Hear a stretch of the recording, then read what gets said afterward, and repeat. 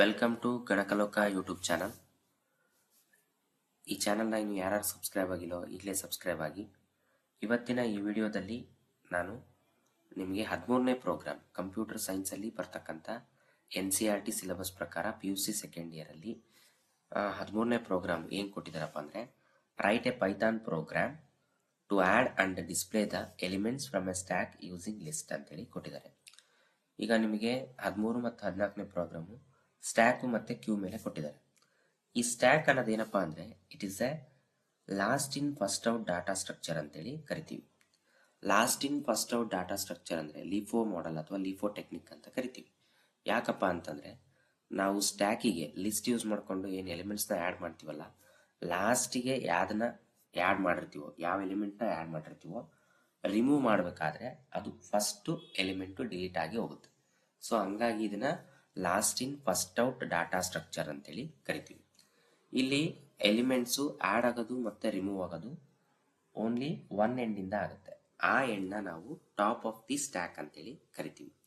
ಈಗ ಈ ಪ್ರೋಗ್ರಾಮ್ನ ಬರೆಯೋಕ್ಕಿಂತ ಮುಂಚೆ ಫಸ್ಟ್ ನಾವು ಏನು ಮಾಡಬೇಕಪ್ಪ ಅಂದರೆ, ಇನ್ಷಿಯಲ್ ಸ್ಟ್ಯಾಕ್ನ ನಾವೇನು ಮಾಡ್ಕೋಬೇಕು, ಡಿಕ್ಲೇರ್ ಮಾಡ್ಕೋಬೇಕು. ಸ್ಟ್ಯಾಕ್ ಡಿಕ್ಲೇರ್ ಮಾಡ್ಕೋಬೇಕಂದ್ರೆ ಫಸ್ಟು ಸ್ಟ್ಯಾಕ್ ಅಂತೇಳಿ ಕೀವರ್ಡ್ನ ಬರಿತೀವಿ. ವೇರಿಯಬಲ್ ನೇಮ್ ಆಗಿರ್ಬೋದು, is equal to square bracket ಅಂದರೆ ಲಿಸ್ಟ್, ಎಂಟಿ ಲಿಸ್ಟ್ನ ನಾವೇನು ಮಾಡ್ತೀವಿ, ಮೆನ್ಷನ್ ಮಾಡ್ತೀವಿ.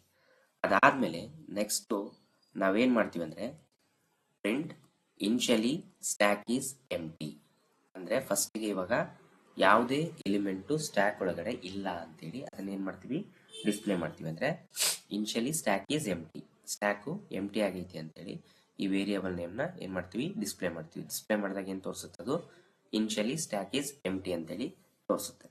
ನೆಕ್ಸ್ಟು ಅದಾದಮೇಲೆ ಏನು ಮಾಡಬೇಕಪ್ಪ ಅಂದರೆ, ಸ್ಟ್ಯಾಕ್ ಡಾಟ್ ಅಪೆಂಡ್ ಫಂಕ್ಷನ್. ನಾವು ಆಲ್ರೆಡಿ ಲಾಸ್ಟ್ ಪ್ರೋಗ್ರಾಮಲ್ಲಿ ಅಪೆಂಡ್ ಫಂಕ್ಷನ್ನ ಯೂಸ್ ಮಾಡಿವಿ. ಅಪೆಂಡ್ ಫಂಕ್ಷನ್ ಅದಕ್ಕೆ ಯೂಸ್ ಮಾಡ್ತೀವಿ, to add the element into a list, ಲಿಸ್ಟಿಗೆ ಆ್ಯಡ್ ಮಾಡೋಕ್ಕೆ. ಅದೇ ರೀತಿ ಇಲ್ಲಿ ಸ್ಟ್ಯಾಕ್ ಡಾಟ್ ಅಪೆಂಡ್ ಫಂಕ್ಷನ್ನ ಯೂಸ್ ಮಾಡ್ತೀವಿ. ಸ್ಟ್ಯಾಕ್ ಡಾಟ್ ಅಪೆಂಡ್ 10 ಅಂತ ಕೊಡ್ತೀವಿ. ಈಗೇನಾಯ್ತಪ್ಪ ಅಂದರೆ, ಈ 10 ಅನ್ನೋ ಡಾಟಾ ಅಥವಾ ಎಲಿಮೆಂಟು ಇದು ಸ್ಟ್ಯಾಕಿಗೆ ಹೋಗಿ ಕೂತ್ಕೊಳ್ಳುತ್ತೆ. ಅಂದರೆ ಸ್ಟ್ಯಾಕಲ್ಲಿ ಹೋಗಿ ಆ್ಯಡ್ ಆಗ್ತಂತ ಹೋಗುತ್ತೆ. Append function adding the element into the stack.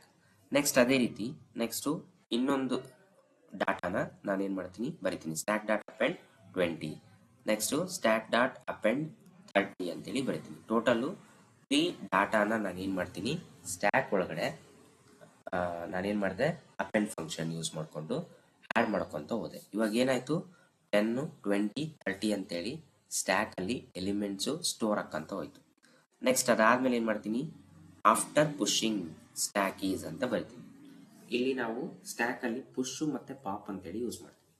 Push ಅನ್ನೋ ಫಂಕ್ಷನ್ ಏನು ಮಾಡುತ್ತೆ, ಅಥವಾ ಪುಷ್ ಅನ್ನೋದು ಏನಪ್ಪ ಅಂದರೆ, inserting new element into the stack, push ಅಂತ. ಪಾಪ್ ಅಂತ ಅಂದರೆ removing the element from the stack. Stack ಒಳಗಿನಿಂದ ಒಂದು ಎಲಿಮೆಂಟ್ನ ರಿಮೂವ್ ಮಾಡ್ಕೊತ ಹೋದರೆ ಅದು ಪಾಪ್ ಅಂತ ಕರಿತೀವಿ. ಇನ್ಸರ್ಟ್ ಮಾಡ್ಕೊತ ಹೋದರೆ ಅದನ್ನ ಪುಷ್ ಅಂತೇಳಿ ಕರಿತೀವಿ.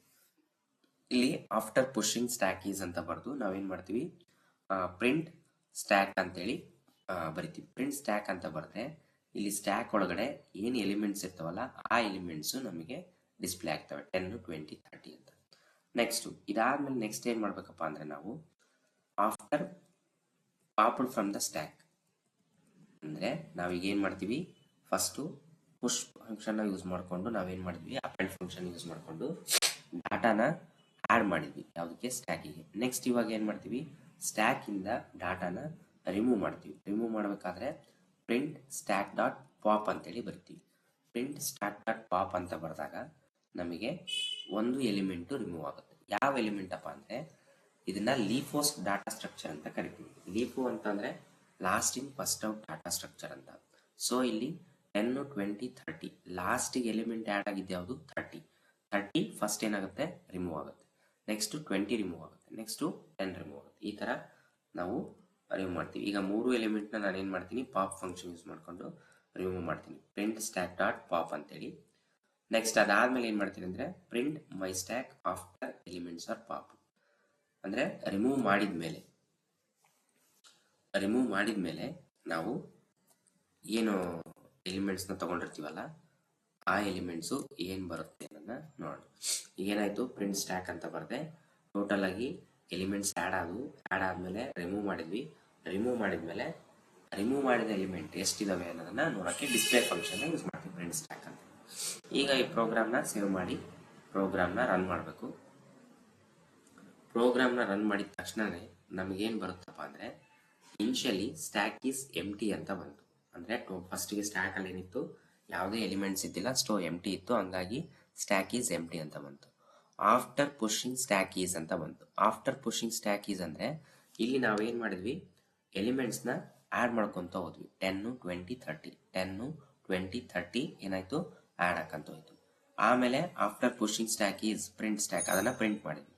Next after popped from the stack, remove from the ಸ್ಟ್ಯಾಕಿಂದ ರಿಮೂವ್ ಮಾಡಿದಾಗ ಸ್ಟ್ಯಾಕ್ ಡಾಟ್ ಪಾಪ್ ಫಸ್ಟ್ ಮಾಡಿದಾಗ ಏನು ಬರುತ್ತೆ, ಲಾಸ್ಟ್ ಎಲಿಮೆಂಟ್ ಯಾವುದಿರುತ್ತೋ ಅದು ಫಸ್ಟ್ ರಿಮೂವ್ ಆಗುತ್ತೆ. ಸೊ 30 ರಿಮೂವ್ ಆಯಿತು.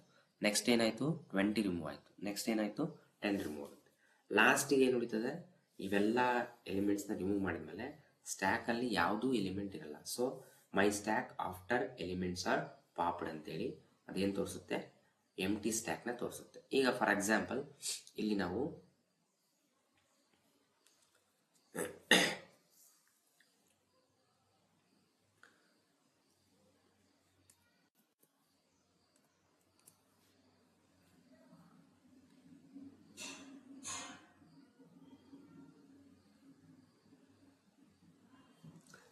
ನಾನು ಆಶ್ ಸಿಂಬಲ್ನ ಬರದೆ ಅಂತ ಅನ್ಕೊಡ್ರಿ. ಫಾರ್ ಎಕ್ಸಾಂಪಲ್ ಓನ್ಲಿ 2 ಎಲಿಮೆಂಟ್ ಮಾತ್ರ ನಾನು ಏನು ಮಾಡ್ತೀನಿ, ರಿಮೂವ್ ಮಾಡ್ತೀನಿ. ರಿಮೂವ್ ಮಾಡಿದಾಗ ಏನು ಮಾಡುತ್ತೆ ಅಂದರೆ, ಅದು ನಮಗೆ 2 ಎಲಿಮೆಂಟ್ ರಿಮೂವ್ ಆದಮೇಲೆ ಆಫ್ಟರ್ ಪಾಪಿಂಗ್ ನಮಗೆ ವ್ಯಾಲ್ಯೂನ ತೋರಿಸುತ್ತೆ. ಸೊ ಇಲ್ಲಿ ನೋಡ್ರಿ, first initially stack is empty same ಇದೆ. ಆಫ್ಟರ್ ಪುಷಿಂಗ್ 10, 20, 30 ಆಫ್ಟರ್ ಪಾಪ್ಡ್ ಅಂದರೆ ರಿಮೂವ್ ಮಾಡಿ 2 ಎಲಿಮೆಂಟ್ಸ್ ಮಾತ್ರ ರಿಮೂವ್ ಮಾಡಿ 30, 20 ರಿಮೂವ್ ಮಾಡಿದ್ವಿ. ಬಟ್ ಇಲ್ಲಿ ಒಂದು ಎಲಿಮೆಂಟ್ ಹಂಗೆ ಉಳಿತದೆ ಡಿಸ್ಪ್ಲೇ ಮಾಡಿದಾಗ. ಸೊ ಈ ಥರ ನಾವೇನು ಮಾಡ್ತೀವಿ ಅಂದರೆ, ಸ್ಟ್ಯಾಕ್ ಪ್ರೋಗ್ರಾಮ್ನ ನಾವು ಇಂಪ್ಲಿಮೆಂಟ್ ಮಾಡ್ತೀವಿ. ಇದು ಅಪೆಂಡ್ ಫಂಕ್ಷನ್ ಯೂಸ್ ಮಾಡಿಕೊಂಡು ವ್ಯಾಲ್ಯೂ ಇನ್ಸರ್ಟ್ ಮಾಡೋದು. ನೆಕ್ಸ್ಟು ಪಾಪ್ ಫಂಕ್ಷನ್ ಯೂಸ್ ಮಾಡಿಕೊಂಡು ವ್ಯಾಲ್ಯೂನ ರಿಮೂವ್ ಮಾಡೋದು. ಇದು ನಿಮಗೆ 30th ಪ್ರೋಗ್ರಾಮ್. ನೆಕ್ಸ್ಟ್ 14th ಪ್ರೋಗ್ರಾಮಲ್ಲಿ ಏನಿದೆ, QL ಇದೆ, ಅದನ್ನು ನೆಕ್ಸ್ಟ್ ವೀಡಿಯೋದಲ್ಲಿ ಹೇಳ್ತೀನಿ. ಸೊ ಇನ್ನು ಯಾರ್ಯಾರು ಈ ಚಾನಲ್ನ ಸಬ್ಸ್ಕ್ರೈಬ್ ಆಗಿಲ್ಲೋ ಸಬ್ಸ್ಕ್ರೈಬ್ ಆಗಿರಿ. ಅದೇ ರೀತಿ ಈ ಪ್ರೋಗ್ರಾಮ್ನ ನಿಮ್ಮ ಫ್ರೆಂಡ್ಸ್ ಜೊತೆ ಶೇರ್ ಮಾಡಿ.